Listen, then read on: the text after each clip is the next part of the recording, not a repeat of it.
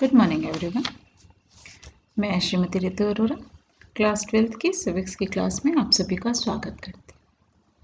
Last 3 lecture से हम लोग पर्यावरण और प्राकृतिक संसाधन सिविक्स के खंड क का लेसन 8 इसका अध्ययन कर रहे थे। लास्ट लेक्चर में हमने जाना कि पर्यावरण प्रदूषण क्या है, कितने प्रकार का होता है, उसके कारण क्या है, पर्यावरण आंदोलन से क्या आशय है, उसकी विविधता क्या है, इसके बारे में हमने जाना। आज हम जानेंगे पर्यावरण संरक्षण से संबंधित विभिन्न आंदोलन और क्या क्या नियम बने हैं उसके संबंध में आज हम अध्ययन करेंगे। पर्यावरण संरक्षण के लिए समय समय पर विश्व स्तर पर सम्मेलन होते आए बच्चों। पर्यावरण का संरक्षण करना ये प्रमुख रूप से पर्यावरण संरक्षण कहा जाता है, क्योंकि बिना पर्यावरण के मनुष्य का जीवन संभव नहीं होगा। मनुष्य या जीव जंतु कोई भी जीवित प्राणी बिना पर्यावरण के ठीक प्रकार से जीवित नहीं रह सकता। तो विश्व स्तर पर समय समय पर पर्यावरण संरक्षण के लिए विभिन्न नियमों और उपनियमों का निर्माण किया गया है, जिसमें सबसे पहला पर्यावरण संबंधित सम्मेलन स्टॉकहोम सम्मेलन है, जो जून 1972 में स्वीडन की राजधानी स्टॉकहोम में आयोजित किया गया था। इसका आयोजन संयुक्त राष्ट्र संघ के तत्वावधान में किया गया था, यूएनओ के तत्वावधान में किया गया था। और सम्मेलन में जो मुख्य बातें कही गई थीं कि मानवीय पर्यावरण पर घोषणा, मानवीय पर्यावरण पर कार्य योजना, संस्थागत और वित्तीय व्यवस्था पर प्रस्ताव, विश्व पर्यावरण दिवस का प्रस्ताव, परमाणु शस्त्र परीक्षण का प्रस्ताव, दूसरे पर्यावरण सम्मेलन किए जाने का प्रस्ताव तथा राष्ट्रीय स्तर पर कार्य किए जाने के संबंध में सरकारों से सिफारिश किए जाने का निर्णय। दूसरा, पर्यावरण संरक्षण से संबंधित पर्यावरण प्रदूषण से संबंधित विश्व समझौतों की पुष्टि। सन 1975 में अधिकांश देशों ने पर्यावरण से संबंधित विश्व स्तरीय समझौतों को अपनी स्वीकृति प्रदान की और पर्यावरण संरक्षण आंदोलन को और अधिक प्रभावी बनाने का प्रयास किया। तो इसमें जो समझौते हुए, तेल प्रदूषण की हानि के लिए असैनिक दायित्व पर अंतरराष्ट्रीय अभिसमय, यह 1969 में हुआ था बच्चों। 1969 में ही एक और तेल प्रदूषण से संबंधित जो अपघात हैं उसके विषय में खुले समुद्रों में हस्तक्षेप से संबंधित अंतरराष्ट्रीय अभिसमय, क्योंकि से जो समुद्रों से तेल निकल रहा था उससे समुद्री सतह पर तेल के आ जाने के कारण समुद्री जीव जंतुओं को बहुत अधिक हानि हो रही थी। अंतरराष्ट्रीय महत्व की नम भूमि और विशेषकर पानी में रहने वाले पक्षियों के रहने के स्थान का भी समय, क्योंकि आज जल प्रदूषण बहुत अधिक बढ़ रहा है, तो ये समस्या पानी में रहने वाले पक्षियों और जीव जंतुओं से संबंधित आ रही है। कूड़ा करकट तथा अन्य सामान के ढेर लगाने से समुद्री प्रदूषण को बचाने के लिए अभिसमय। विश्व सांस्कृतिक और प्राकृतिक विरासत के संरक्षण से संबंधित जितनी भी विश्व विरासत है, चाहे सांस्कृतिक हो चाहे प्राकृतिक हो, उसको किस तरीके से भावी भविष्य के लिए, भावी पीढ़ी के लिए बचाया जाए। संकटापन्न या जोखिम में पड़े हुए जंगली पेड़ पौधों के अंतरराष्ट्रीय व्यापार अधिसमय। जितनी भी संकटग्रस्त जातियां हैं, चाहे वृक्षों की हों, चाहे पेड़ पौधों की हों या जीव जंतुओं की हों, उनको अधिक से अधिक समय तक बचाया जा सके, उनको सरवाइव कराया जा सके। जलपोतों तथा हवाई जहाजों द्वारा ढलाने से समुद्रिक प्रदूषण को बचाने के लिए अभिसमय। तीसरा, नैरोबी घोषणा, स्टॉकहोम सम्मेलन की 10वीं वर्षगांठ का सम्मेलन 1982 में नैरोबी में किया गया। इस सम्मेलन में जो विलुप्त वन्य जीवों के व्यापार से संबंधित प्रावधान, अंतरराष्ट्रीय प्राकृतिक आपदा तथा खुले समुद्र में प्रदूषण इत्यादि से संबंधित प्रावधानों को स्वीकारा गया, क्योंकि अनेक जीव जंतु ऐसे थे जो विलुप्त होने के कगार पर थे। तो ऐसे वन्य जीवों के को बचाने के लिए, उनके संरक्षण के लिए नैरोबी घोषणा में बहुत अधिक महत्वपूर्ण कार्य किया गया। पृथ्वी सम्मेलन, स्टॉकहोम सम्मेलन के पश्चात पर्यावरण से संबंधित सबसे महत्वपूर्ण सम्मेलन 1992 में ब्राजील की राजधानी रियो डी जेनेरो में हुआ। यह सम्मेलन 170 देश, हजारों स्वयंसेवी संगठन और अनेक बहुराष्ट्रीय कंपनियों ने हिस्सा लिया। इस सम्मेलन का आयोजन भी संयुक्त राष्ट्र संघ के तत्वाधान में हुआ। इस सम्मेलन का मुख्य विषय पर्यावरण और संतुलित विकास था। पृथ्वी सम्मेलन में की गई घोषणा को एजेंडा 21 के नाम से जाना जाता है। इस सम्मेलन में स्टॉकहोम के उपबंधों को स्वीकार करते हुए उन्हें लागू करने पर जोर दिया गया और पर्यावरण संरक्षण से संबंधित सिद्धांतों को पृथ्वी सम्मेलन में स्वीकार किया गया। विश्व जलवायु पर्यावरण बैठक। आज विश्व जलवायु में भी परिवर्तन आ रहा है। जो आपको मालूम है कि हमारी पृथ्वी का तापमान धीरे धीरे बढ़ रहा है, ग्लोबल वार्मिंग हो रही है। परिणाम क्या हो रहा है? जितने ग्लेशियर्स हैं वो पिघलते चले जा रहे हैं। परिणाम स्वरूप तटवर्ती क्षेत्र जलमग्न हो जाएंगे, समुद्रों में डूब जाएंगे। तो परिणामतः जितने भी तटीय शहर हैं उनके लिए खतरे की स्थिति उपस्थित हो जाती है।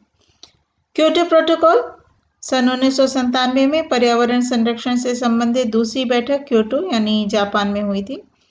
इसमें लगभग 150 देशों के प्रतिनिधियों ने भाग लिया था और बैठक के अंत में क्योटो घोषणा की गई थी, जिसमें यह व्यवस्था की गई थी कि जितने भी औद्योगिक देश हैं वो देश सामूहिक उत्सर्जन में कमी लाने का प्रयास करेंगे ताकि प्रदूषण को रोका जा सके। ब्यूनस आयर्स बैठक सन 1998 में ब्यूनस आयर्स में क्योटो प्रोटोकॉल की समीक्षा के लिए बैठक की गई। इसमें भारत जैसे देशों ने यह दलील दी कि विलासिता और आवश्यकता में अंतर किया जाना चाहिए। विलासिता के कारण गैसों का रिसाव ना हो और आवश्यकता के कारण इसे छोड़ने से रोका ना जाए। बाली सम्मेलन 2007 में इंडोनेशिया के शहर बाली में हुआ, जिसमें पर्यावरण संरक्षण पर बहुत अधिक बल दिया गया। कोपेनहेग सम्मेलन 2009 में डेनमार्क की राजधानी कोपेनहेग में हुआ। इसमें 190 प्रतिनिधियों ने भाग लिया था। कानकुन सम्मेलन 2010 में हुआ। ये मैक्सिको की राजधानी है। पर्यावरण संरक्षण पर विश्व सम्मेलन में 193 देशों ने भाग लिया था और उसमें ग्रीन क्लाइमेट फंड बनाने पर एक सहमति जताई थी ताकि पर्यावरण से संबंधित जितने भी मुद्दे हैं उनको हल करने के लिए एक फंड बनाया जा सके। डरबन सम्मेलन दक्षिण अफ्रीका में यह सम्मेलन हुआ था। इसमें 194 देशों ने भाग लिया था और इसमें जो रूपरेखा बनाई गई थी उसमें भारी मात्रा में कार्बन डाइऑक्साइड के उत्सर्जन की कटौती के लिए पहली बार प्रयास किया गया था। रियो 20 सम्मेलन 20-22 जून 2012 को ब्राजील के शहर रियो डी जेनेरो में जीवन विकास पर संयुक्त राष्ट्र सम्मेलन हुआ। इस सम्मेलन को रियो +20 के नाम से जाना जाता है क्योंकि इस सम्मेलन के ठीक 20 साल पहले 1992 में इसी शहर में पृथ्वी सम्मेलन हुआ था। इसमें 2 केंद्रीय विषय वस्तु थी, एक जीवंत विकास और गरीबी के संबंध में हरित व्यवस्था को अपनाना और दूसरा जीवंत विकास के लिए संसाधनों के ढांचे का निर्माण करना ताकि गरीबी निवारण हो सके, विभिन्न देशों का विकास हो सके, विकास से संबंधित जो समस्याएं हैं उन समस्याओं को दूर किया जा सके तथा लक्ष्यों को पूरा करने के लिए एक फ्रेमवर्क तैयार किया जा सके। पेरू सम्मेलन दिसंबर 2014 में पेरू की राजधानी लीमा में जलवायु पर्यावरण सम्मेलन हुआ। इस सम्मेलन में भारत सहित 194 देशों ने वैश्विक कार्बन उत्सर्जन में कटौती के लिए अपने राष्ट्रीय संकल्पों के लिए आम सहमति वाला मसौदा तैयार किया। और पेरिस सम्मेलन नवंबर-दिसंबर 2015 में पेरिस में संयुक्त राष्ट्र जलवायु सम्मेलन हुआ, जिसमें लगभग 196 देशों ने भाग लिया। इस सम्मेलन में ग्लोबल वार्मिंग को 2 डिग्री सेल्सियस से नीचे रखा जाएगा, ऐसा प्रयास करने के लिए विभिन्न मुद्दे तैयार किए गए। संसाधनों की भू राजनीति।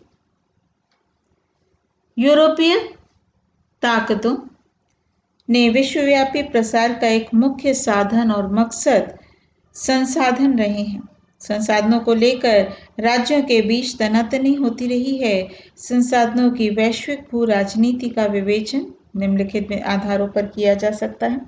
व्यापारिक संबंध, युद्ध तथा ताकत के संदर्भ में संसाधनों की भू राजनीति। संसाधनों से जुड़ी भू राजनीति को पश्चिमी दुनिया ने ज्यादातर व्यापारिक संबंध, युद्ध तथा ताकत के संदर्भ में सोचा।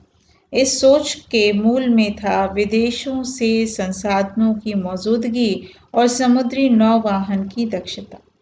18वीं और 19वीं सदी में इमारती लकड़ियों की आपूर्ति पर आधारित भू राजनीति, समुद्री नौवाहन स्वयं इमारती लकड़ियों पर आधारित था, इसलिए जहाज की शहतीरों के लिए इमारती लकड़ियों की आपूर्ति 17वीं सदी के बाद के समय से प्रमुख यूरोपीय शक्तियों की प्राथमिकता रही। यहीं से बच्चों औद्योगिक क्रांति प्रारंभ हुई थी।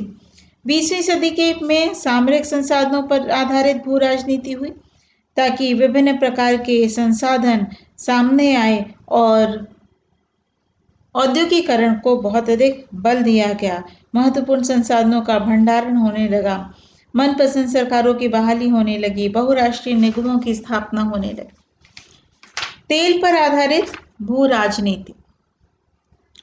शीत युद्ध की समाप्ति के बाद वैश्विक भू राजनीति में तेल यानी पेट्रोलियम, खनिज तेल महत्वपूर्ण संसाधन बना और 20वीं सदी के दौर में विश्व की अर्थव्यवस्था तेल पर निर्भर रहने लग गई। जितने भी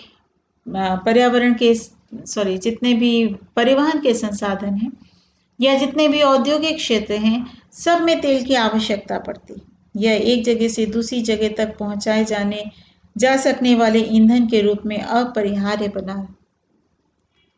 तेल के साथ विपुल संपदा जुड़ी हुई थी, इस कारण इस पर कब्जा जमाने के लिए राजनीतिक संघर्ष होते रहे। पश्चिमी एशिया, खासकर खाड़ी देश जिसमें इराक, ईरान, सऊदी अरब, ये सारे के सारे देश तेल संपन्न देश थे, जहां पर तेल का बहुत अधिक भंडार पाए जाते थे। सऊदी अरब के पास विश्व के तेल भंडार का 1/4 हिस्सा मौजूद है। सऊदी अरब विश्व का सबसे बड़ा तेल उत्पादक देश है। इराक का क्या तेल भंडार सऊदी अरब के बाद दूसरे स्थान पर है। संयुक्त राज्य अमेरिका, यूरोप, जापान, चीन और भारत इस तेल की खपत होती है, लेकिन ये देश इस इलाके से बहुत दूरी पर हैं। तो तेल को उन देशों से, उत्पादक देशों से खपत देशों तक पहुंचाना एक बहुत बड़ी चुनौती थी। स्वच्छ पानी के क्षेत्रों पर विश्व राजनीति। आप सभी को मालूम है बच्चों कि जो पानी हम दैनिक जीवन में प्रयोग करते हैं, ये मीठा पानी होता है और बाकी जितना समुद्री जल में पानी पाया जाता है सागरों और महासागरों में, वो खारा जल होता है, उसका प्रयोग हम दैनिक जीवन में नहीं करते। तो विश्व राजनीति में पानी भी एक बहुत बड़ा महत्वपूर्ण संसाधन रहा है। विश्व के कुछ भागों में पानी की कमी हो रही है, विशेष रूप से स्वच्छ और मीठे पानी की कमी हो रही है। इस प्रकार संभावना है कि साझी जल संपदा को लेकर के पैदा मतभेद 21वीं सदी में जो फसाद की जड़ साबित हो सकता है वो है पानी। आज एक देश से नदियां अगर दूसरे देश में जाती हैं तो दोनों देशों के बीच उस नदी जल को लेकर के विवाद उपस्थित रहता है।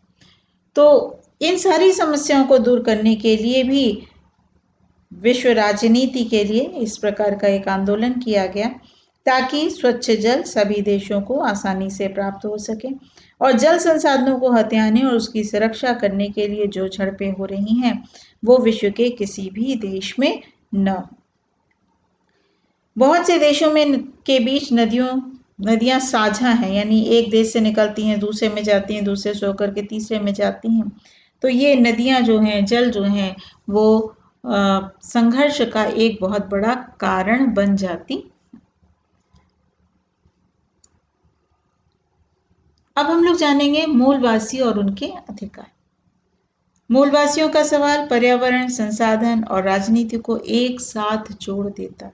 मूलवासी से आशय संयुक्त राष्ट्र संघ के अनुसार मूलवासी ऐसे लोगों के वंशज हैं जो किसी मौजूदा देश में बहुत दिनों से चलते आ रहे हैं और फिर किसी दूसरी संस्कृति या जातीय मूल के लोग विश्व के दूसरे हिस्से से उस देश में आए और इन लोगों को अधीन बना लिया।